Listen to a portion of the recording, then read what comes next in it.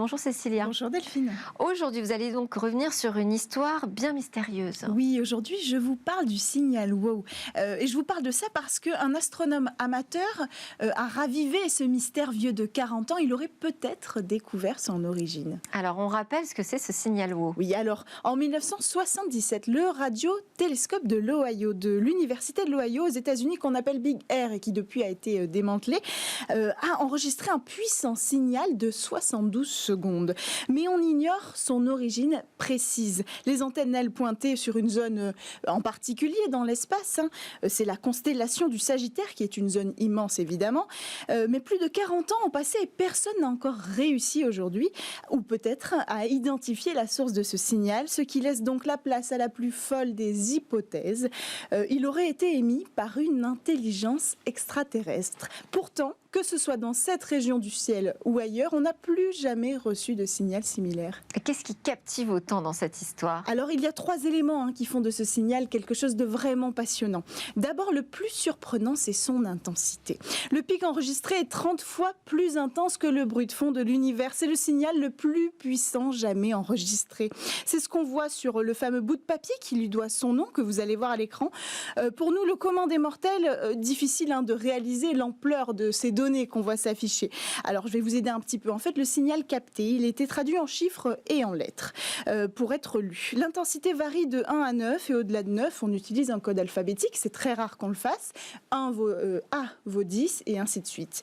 Et dans ce signal-là, on a une donnée qui est allée jusqu'à U, c'est-à-dire jusqu'à 30, ce qui est énorme. Évidemment, c'est la valeur la plus haute jamais enregistrée. Alors, quand un jeune stagiaire du programme a analysé les résultats, il a donc entouré ces résultats en rouge et a fait une annotation WOW avec un point d'exclamation, ce qui a donné son nom à ce signal.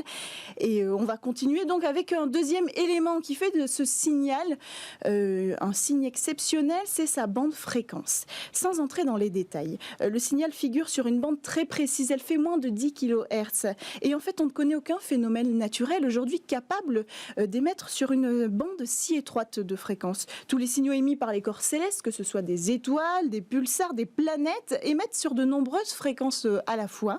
Alors la conclusion, c'est que ce signal, il ne peut être émis que artificiellement et donc par une civilisation technologique éventuellement. Alors, vous avez quand même dit au départ qu'il y avait 3 éléments qui venaient appuyer le fait que c'était un événement et une découverte. Quel est le 3e ? Je vous garde le dernier pour la fin parce que c'est le plus intéressant, effectivement.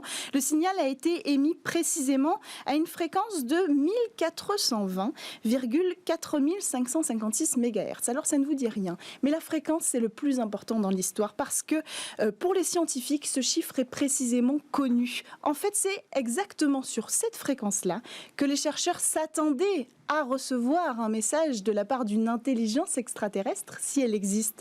Pourquoi ? Parce que cette fréquence, elle est extrêmement proche de la fréquence à laquelle un atome d'hydrogène émet des radiations.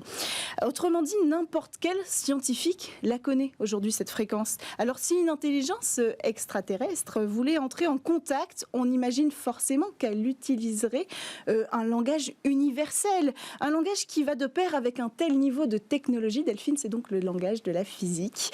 Et en plus d'être compréhensible, cette fréquence facilite la propagation du message dans l'espace parce qu'elle peut transformer de nombreux nuages de poussière interstellaire. Et on a essayé d'y répondre à ce signal. On a essayé d'y répondre, mais seulement en 2012, pour le 35e anniversaire du signal. On a envoyé une réponse depuis le radiotélescope d'Arecibo, qui vient tout juste d'ailleurs de s'effondrer, vous l'avez peut-être vu. Une réponse au nom de l'humanité tout entière, qui contient non pas les secrets de notre histoire, mais en réalité 10 000 messages Twitter. On l'a envoyé dans la même direction d'où provenait ce signal, la constellation du Sagittaire, pour augmenter les chances d'être lus. Les vidéos et les tweets ont été accompagnés d'une séquence mathématique dans l'idée que le destinataire pourra comprendre que ce message est intentionnel et qu'il provient bien d'une autre forme de vie, intelligence. Mais on n'a jamais eu de réponse et on n'a jamais plus capté de signal depuis.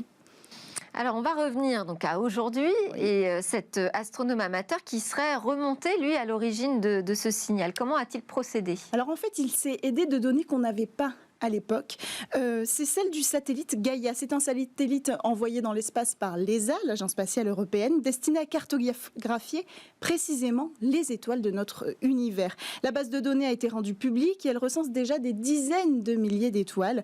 Une en particulier a retenu l'attention de cet astronome qui a repris les recherches précisément dans la constellation du Sagittaire. Cette étoile, c'est une sorte de sosie de notre Soleil en fait. Elle présente la même température, le même rayon et la même luminosité que notre étoile. Alors l'hypothèse de cet astronome, c'est que si cette étoile ressemble à la nôtre, son système stellaire ressemblerait au nôtre et comme notre système solaire, il pourrait contenir une planète qui, elle, pourrait abriter la vie et donc une civilisation intelligente, pourquoi pas. Alors avec cette hypothèse, le débat a été relancé et tout le monde s'est intéressé au sujet. Résultat, en réalité, cette hypothèse ne prouve absolument rien.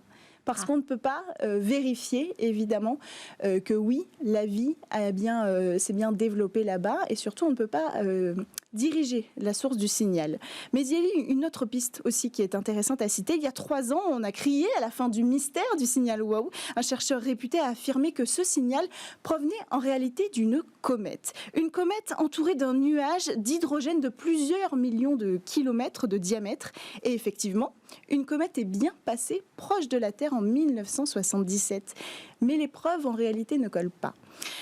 Pour n'en citer qu'une, 2 faisceaux de radio étaient à l'écoute de l'espace à ce moment-là. Or, seulement un a capté ce signal. S'il avait bien s'agi du passage de la comète, les 2 faisceaux radio auraient donc capté ce signal. Alors aujourd'hui, vous l'avez compris, on n'a toujours pas, malgré nos moyens techniques, malgré nos technologies développées, pu résoudre ce fameux mystère du signal WOW. Alors, avant de conclure, est-ce qu'on peut l'écouter, ce beau signal WOW ? On peut l'écouter parce que figurez-vous que pas mal d'astronomes amateurs ont réussi à le recomposer grâce aux données. Donc on va l'écouter tout de suite.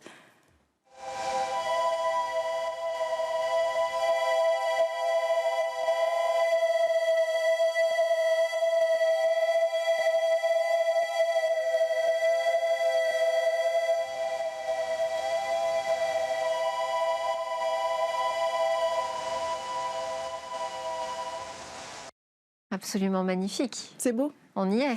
Vous nous faites voyager. On voyage très loin aujourd'hui. Merci beaucoup Cécilia Sévry. Je vous laisse changer de plateau pour aller nous présenter le Lab Startup. On va découvrir 4 nouvelles jeunes pousses. Et voilà, c'était la chronique spatiale de Smartex sur le signal WOW. T'as écrit un commentaire ? Ah non, mais ça fait rêver. Et le son, il est incroyable. Il est vraiment hyper beau, mais c'est clair que ça fait rêver. J'ai toujours été passionné d'espace. Déjà, de pouvoir un jour peut-être avoir la chance d'y aller et de voir la Terre ronde. Et ça m'a rappelé, en voyant ça, un film qui s'appelle Contact avec Judith Foster, qui est assez magique. Conseil cinématographique pour le week-end. Merci à tous de nous avoir suivis. Merci à Ty Chris, président de On-Off Télécom et fondateur du nouveau réseau social Albums. On se retrouve lundi. Excellent week-end.